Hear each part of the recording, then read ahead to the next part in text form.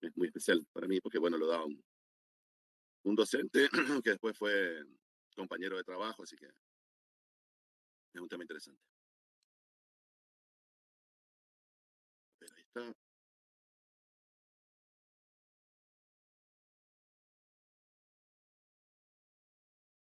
Bien, vamos a hablar de placas de registro y registros intermaxilares. Esto es en prótesis completa, cuando nosotros necesitamos hacer el montaje de los modelos y tomar un registro de la situación del maxilar inferior respecto a todo el macizo craneofacial, necesitamos referencias y registros de esas referencias y trasladarlo a un articulador. Porque si no, ¿cómo hacemos para decir qué altura tiene nuestra prótesis, qué ancho? ¿Cómo hacemos que engranen las piezas dentarias superiores con las inferiores? Entonces, para eso tenemos que crear lo que se llaman placas de registro y realizar lo que se llama registro intermaxilares, para poder ubicar nuestras prótesis en la cavidad bucal y relacionar el maxilar inferior con el maxilar superior. Entonces, como inicio de todo este proceso, lo primero que tenemos que hacer son las placas de registro, que son las que van a registrar distintas dimensiones que ahora les voy a mostrar. Y estas placas de registro están conformadas por las placas base y los rodetes de mordida. Las placas base vendrá a ser lo azul y es lo que se relaciona con el reborde alveolar, y el rodete de oclusión, que es lo que está en rojo, es lo que representaría a las piezas dentarias. O sea, se relaciona la placa base y el rodete, o sea, la placa de registro, con lo que sería nuestra futura prótesis, sin el detalle, por supuesto, de los dientes. Entonces, las placas de registro tienen la forma de los aparatos protésicos. Y dentro de la forma también tienen las dimensiones de lo que va a ser nuestro aparato protésico. ¿Por qué? Porque el rodete de oclusión, ya nos va a dar, nosotros ya lo ubicamos para que nos dé el soporte labial. Por ejemplo, el soporte labial es el soporte que dan las piezas dentarias al labio, los labios y carrillos.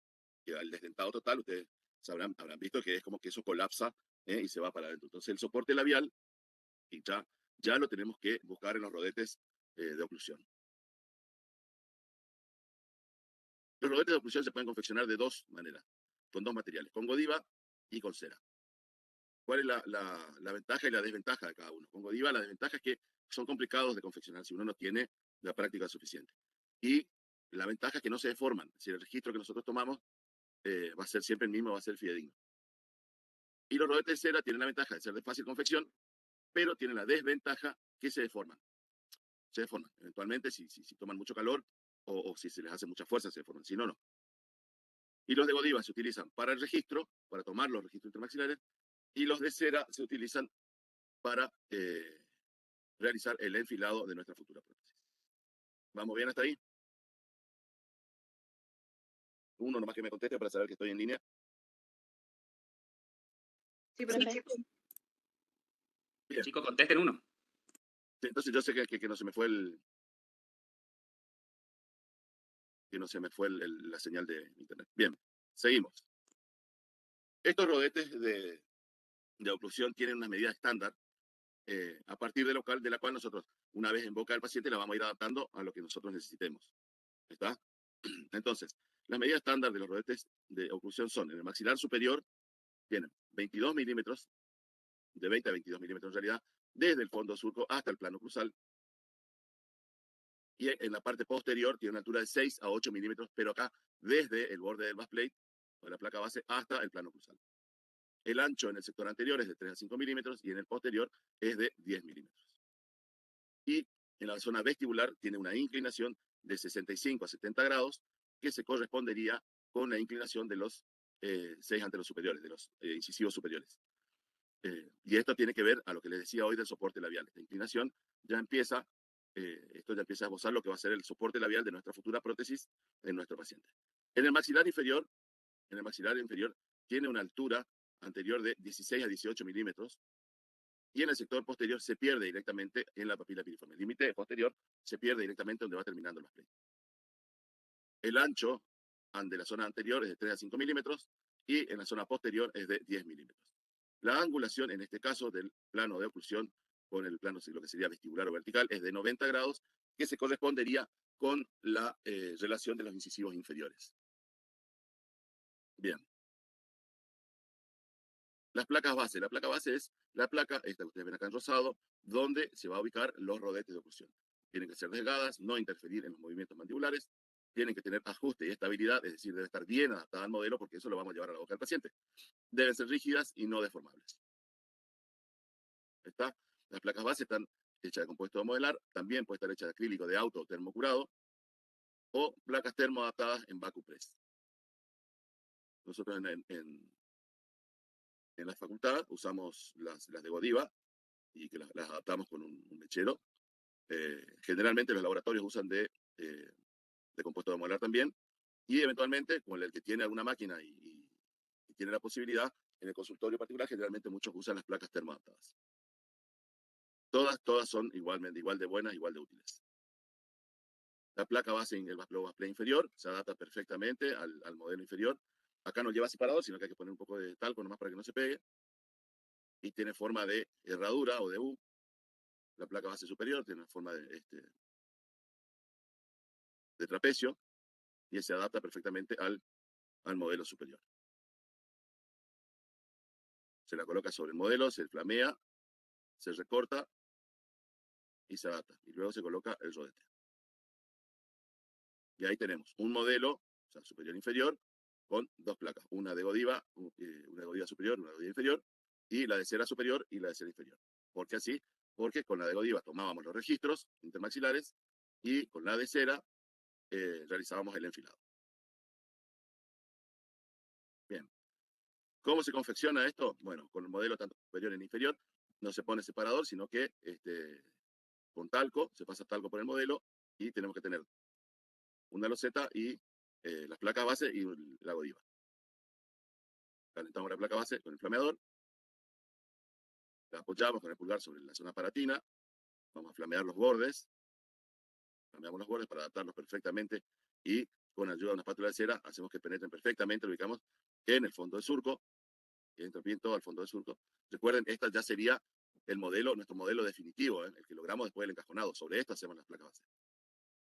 Recortamos, rebatimos los bordes, alisamos con una espátula de cera, fíjense los bordes rebatidos, también la parte superior, posterior que termina a la altura del subcamular, y con una lija quitamos los rebordes y rebarbas. Y alisamos bien. Ahí tenemos el superior, tenemos el inferior. Para preparar el rodete, este es un rodete de Godiva, le damos primero una forma cilíndrica, luego lo aplanamos, más o menos le vamos dando con los dedos las dimensiones de ancho, fíjense cómo tiene más o menos 10 milímetros, un centímetro, pero fíjense la Godiva cómo tiene la impresión digital del operador, porque a medida que vamos apretando se va marcando. Medimos el sector anterior de 3 a 5, 5 está bien, 3 es muy poco y se les complica después para manejar y que no se les rompa. Ahí tenemos los dos, el superior y el inferior, vamos a ubicarlos en sus modelos, primero unas gotitas de Godiva bien blanda en la placa base para que se pegue, y ahí está, pegamos los rodetes de la placa base. Eso es lo que sería una placa de registro. Ahí tenemos la placa de registro superior, la altura, fíjense, 20, 22 milímetros, el ancho de 10 milímetros, la parte posterior de 8, y la parte posterior, la zona posterior, fíjense, el corte es en bisel hacia distal, porque ahí eh, tenemos que permitir que se ubique la rama y los movimientos que no interfieran al ser en línea recta, el corte recto distal. Ahí tenemos la placa base superior confeccionada, fíjense, en bisel hacia distal, la angulación de 60 a 70 grados. Ahí estamos. Controlamos el inferior, 16 a 18 milímetros de alto, de 3 a 5 el ancho, de 3 a 5 perdón, 10 milímetros el ancho posterior, y cómo se pierde en la papila piriforme el sector posterior. Luego de hacer esto tenemos que estabilizar las placas, la estabilización se hace con pasta zinquenólica, humedecemos el modelo, preparamos la pasta zinquenólica, que es también un buen material de impresión, ya algo antiguo, pero no por ser antiguo deja de ser útil. Con el modelo húmedo llevamos la pasta zinquenólica a nuestra placa base y presionamos en el modelo haciendo presión a la zona media palatina y eliminando los excesos. ¿Esto qué va a hacer? Esto va a hacer que vamos a lograr una estabilidad de nuestra placa base y también se va a adaptar mejor y cuando llevemos la boca al paciente va a tener un poco más de retención y vamos a poder trabajar mejor para obtener los registros intermaxilares. Los registros intermaxilares se clasifican en funcionales y estéticos. Los funcionales pueden ser céntricos y excéntricos. Los funcionales céntricos son el plano de oclusión, la dimensión vertical y la relación céntrica. Estos tres registros son los fundamentales para poder realizar el montaje en articulador. Y los excéntricos son de protrusión o fenómeno de Christensen y de lateralidad o fenómeno de Lucet. Esos son los registros funcionales. Los registros estéticos que nos van a servir para seleccionar los dientes artificiales, para ubicar los dientes artificiales, para saber el tamaño, la altura y todo eso teniendo en cuenta, te van a ver en el procedimiento dentogenético. Pero para ya ir ubicándonos en dónde estaríamos en nuestra prótesis, tomamos la línea media, la línea de la sonrisa y la línea de los caninos. Registros funcionales y estéticos, como les dije. Los funcionales pueden ser céntricos y excéntricos. Los registros funcionales céntricos son el plano de oclusión, la dimensión vertical y la relación céntrica. Los excéntricos son protrusión, el fenómeno de Christensen, lateralidad, fenómeno de Luce. Los estéticos, línea media, línea de los caninos y línea de la sonrisa. Ahí están marcados. El que me faltó ahí está ahí, que es la línea media. Línea de los caninos, baja del ala de la nariz, ahí nos indicaría dónde estarían ubicados distal de caninos. Ahí ya tenemos el tamaño de los 6 anteros superiores. Y la línea de la sonrisa es la altura que queda el labio de la sonrisa para saber el largo del diente y la ubicación, por ejemplo, de dónde estaría la zona gingival. Vamos entonces a los registros funcionales céntricos, plano de oclusión, dimensión vertical y relación céntrica. Determinación del plano de oclusión. ¿Qué es el plano de oclusión? Es un plano, una línea imaginaria que relaciona un plano con el macizo craneofacial y va a representar, ese plano pasaría por las cúspides de los molares, de las piezas dentarias posteriores e incisal de piezas dentarias anteriores. ¿Cómo lo determinamos? Con este instrumento que aparece a la izquierda, que es el plano de Fox, se llama, que esta parte media va ubicada en la boca del paciente, apoyada en la placa de registro, y estas partes laterales van a salir por el costado, porque la determinación del plano de oclusión se determina con un plano paralelo, por ejemplo, el sector anterior, a la línea bipupilar. Para eso nos podemos arreglar con una regla. Plano de oclusión en la zona frontal es paralelo a la línea bipupilar. En la porción lateral es un plano que sería paralelo también a otra línea imaginaria que va del trago al ala de la nariz. ¿Ahí está? Entonces, esto tiene que ser paralelo. ¿Qué pasa acá? Si yo tengo mi plano de oclusión, mi placa de registro, y lo apoyo y me parece, y veo que la línea es abierta hacia distal, hacia atrás. Se abre hacia atrás. Hay como más distancia en la zona posterior que en la anterior. Tengo que retirar la placa de registro, calentarla y colocar en el modelo y bajarla o quitar material de la zona posterior para que, para que el plano de Fox suba y se encuentre paralelo. O bien, si está muy baja, digamos, después que controlé la altura, tengo que agregar en la zona anterior. ¿Tá? Debe ser el plano de Fox paralelo, no les dije el plano de Camper. Es un plano que va del tragus al ala de la nariz. Esto se refiere al tendón anatómico, no voy a hablar ahora. Determinación de la dimensión vertical. La dimensión vertical es la altura que va a tener en oclusión el maxilar inferior en relación al superior. Y acá, una vez que determinamos nuestro plano de oclusión, y es el que nosotros creemos que es el que va a servir, una vez que controlamos todo, controlamos esta altura, controlamos algunos otros registros, vamos a ir a determinar la dimensión vertical. Y esto es, acá trabajamos sobre el maxilar inferior. Fíjense, una dimensión vertical, en este caso disminuida, nos va a dar, fíjense la cara del paciente, cómo los labios colapsan, y nos sigue dando la imagen como que nuestro paciente es un desdentado. En el extremo derecho, una dimensión vertical alta, nuestro paciente, ahí lo ven, es como que tiene que forzar los labios para cerrar, para que se mantengan en contacto, en una posición forzada.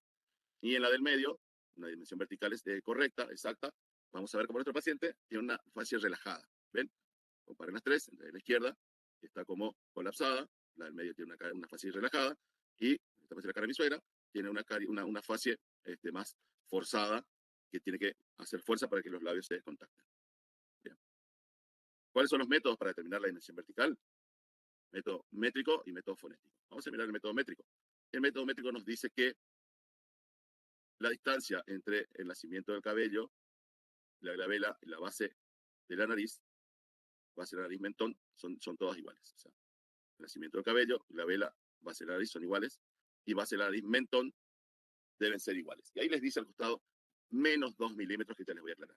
Hay otra que toma la línea bipupilar y la línea de los labios. Menos 2 milímetros. ¿Por qué dice menos 2 milímetros? Porque nosotros no estamos todo el tiempo en oclusión mordiendo. Salvo algunos que andan enojados por la vida, que no es nuestro caso, no estamos todo el día mordiendo en oclusión. Entonces, hay que restarle a la altura o las medidas estas, que, por ejemplo, pongamos, tienen, tengan 15, 10, 10, 12, 13 centímetros. Por ejemplo, tiene 13 centímetros. De la base del nacimiento del pelo a la glabela, de la glabela a la base de la nariz, tengan 13 centímetros. De la base de la nariz al mentón, debe tener 13 centímetros menos 2 milímetros, 12 centímetros. Esos 2 milímetros que le faltan, lo que tenemos que restar, se corresponden al espacio libre interoclusal, que en alguna diapositiva o libro la pueden ver como ELI, espacio, no es encuentro liberal, es espacio libre interoclusal. Ahí estamos. ¿Cómo medimos con regla o con un compás? Tomamos la dimensión de la regla, la distancia en la regla y apoyamos el compás para tener una referencia más exacta. Suavemente, sin, por supuesto, lesionar a nuestro paciente, ¿no? Le dije 13 y no, mire, tiene 8 más o menos. De base al mentón es más o menos 8, a ese se le resta 2 milímetros, serían 6. Perdón, 7,8, porque menos 2 milímetros. Bien, así tenemos cómo podemos tomar las medidas o las dimensiones para determinar la dimensión vertical. Ahora, ¿qué pasa? Colocamos la placa de registro, no coincide. Tenemos más de, en este caso, como ven acá, más de 8, tiene 10. ¿Cuál tenemos que corregir? ¿La superior o la inferior? A ver si se le ocurre. Necesito que me conteste uno por lo menos. ¿Cuál tenemos que corregir? Tenemos una dimensión vertical más elevada de lo del pasado, digamos. En vez de tener 8, como dice ahí, tiene 10. A ver, ¿cuál corregimos? ¿El superior o el inferior? Bueno, ya veo que no están muy decididos. A ver. Sí, a ver, pensemos. El superior yo ya tomé el plano de oclusión, marqué el plano de oclusión en el sentido frontal, en el sentido lateral, ya tengo más o menos las dimensiones. Si yo corrijo el superior, todo el registro que tomé se me pierde. Entonces, ¿qué tengo que hacer? Reblandecer el inferior, y por supuesto tengo que poner lubricante para que no se peguen, y hacerle morder al paciente para que esa dimensión vertical disminuya. Y si es menor, lo que tengo que hacer es agregar material. Y siempre al final, como yo el plano de oclusión ya lo tengo plano, ya lo tengo bien, ya lo tengo como tiene que estar, yo lo que hago es agrego material al inferior, reblandezco, no todo, porque si no me colapsa todo, sino más bien la parte superior nomás, o la oclusión, lo lubrico, le pongo vaselina líquida y le hago ocluir al paciente, hasta lograr esa dimensión buscada. ¿Estamos? Bien. Y para determinar la dimensión vertical, el método fonético, que es en realidad es un poco más complejo porque hay que lograr primero una dimensión vertical aproximada, visual, que va a ser métrica probablemente, y después con el rodete superior pronunciar la letra D o la F, que es un contacto suave entre el labio inferior y borde del rodete superior, ¿sí? que es donde contactaría otros dientes, D y F, y el rodete inferior pronunciando la letra M, M, y al terminar de pronunciar la palabra, la letra M, una unión suave de labios y posterior separación de 2 milímetros. Ahí estaríamos, más o menos en la dimensión vertical, por el método fonético. Para mí particularmente, es la menos práctica. Yo siempre utilicé la métrica y observando. Y una vez que tenía más o menos el método métrico, sí utilizar el método como complemento, el método fonético. O sea, no uso, yo estoy hablando en mi caso particular, no uno solo, sino el método métrico y después el fonético para corroborar o hacer pequeños ajustes para que quede más natural al hablar nuestro paciente. Bien. ¿Cómo determinamos la relación céntrica? Ustedes relación céntrica ya dieron, ¿sí? En oclusión.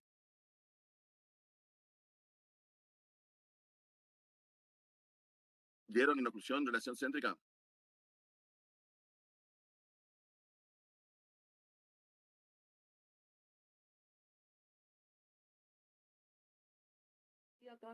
Bien. Entonces, ¿me puedes decir cuál es el concepto de relación céntrica? Porque la verdad hay varias, yo tengo una y eventualmente me cambian año a año, así que no quiero confundirlos. Pero la que yo tengo de relación céntrica es la posición más posterior, media superior del plano de los cóndilos en la cavidad glenoidea, a partir de los cuales podemos hacer movimientos de lateralidad. Esa es una. Pero bueno, para determinar relación céntrica, ustedes deben tener 3 conceptos: relación céntrica, oclusión en relación céntrica, ¿sí? Pero no los voy a confundir entonces. ¿Cómo determino la relación céntrica? O sea, la posición ideal de los cóndilos en la cavidad glenoidea y de mi maxilar inferior. Son 2: arco gótico, punta de flecha, y técnica del tap-tap. La del tap-tap es la más empírica, digamos. Una vez que nosotros tenemos el plano, tenemos nuestro plano, nuestro rodete superior con el plano de oclusión, tenemos la dimensión vertical en el rodete inferior, tenemos que determinar la relación céntrica. Y esto es la posición de los cóndilos en la cavidad glenoidea. Y eso yo lo tengo que registrar y llevarlo al articulador para hacer el montaje del modelo inferior. ¿Para qué? Para que me dé el perfecto engrane cuando yo ponga los dientes artificiales. Porque si no, si yo no registro eso, yo puedo poner los dientes artificiales como me parece en el articulador, y cuando voy a la boca del paciente no coincide porque no es la posición del maxilar inferior. Entonces, se hace una de las técnicas del tap-tap, que una vez que el paciente, le colocamos los 2 rodetes, las 2 placas de registro en boca, y le decimos al paciente que muerda, y se llama tap-tap por el ruido que hace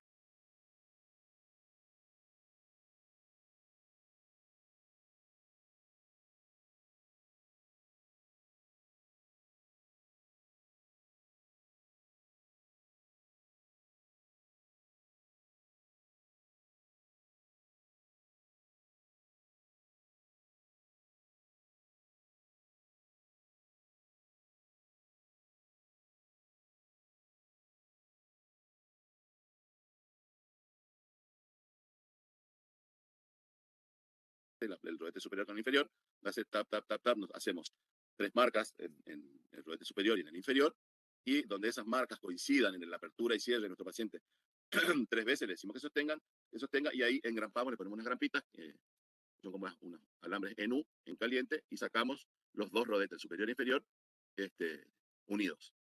¿Está? Y ahí llevamos y montamos el inferior.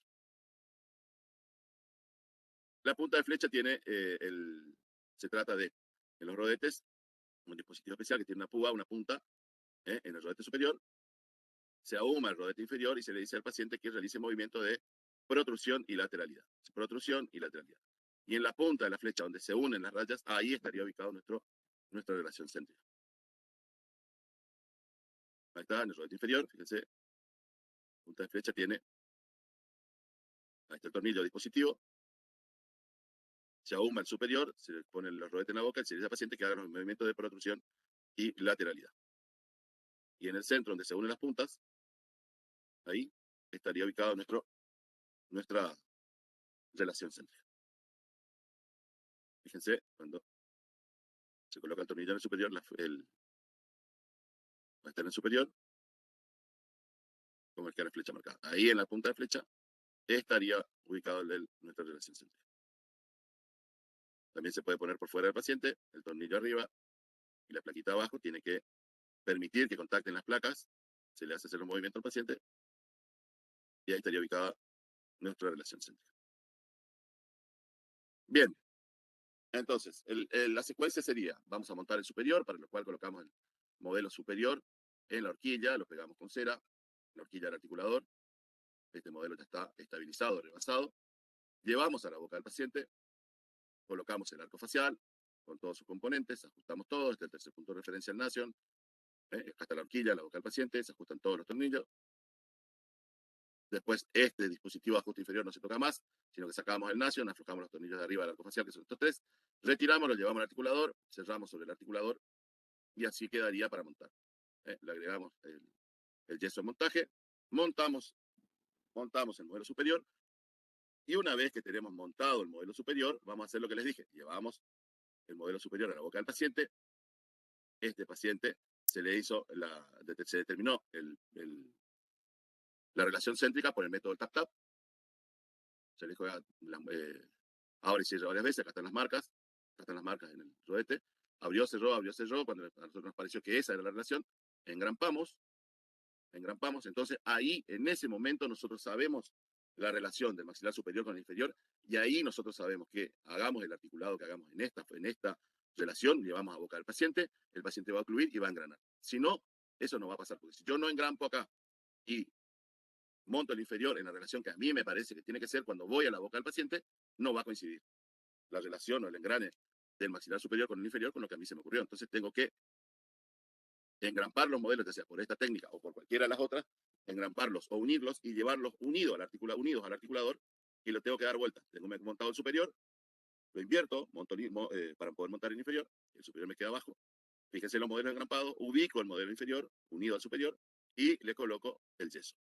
Y así quedaría montado este, nuestro modelo. Montaje no era el tema, pero yo les tengo que decir para qué engrampamos o para qué tomamos los registros, porque sí o sí es para llevarlo al articulador. Entonces, para el cierre les tengo que terminar con el montaje.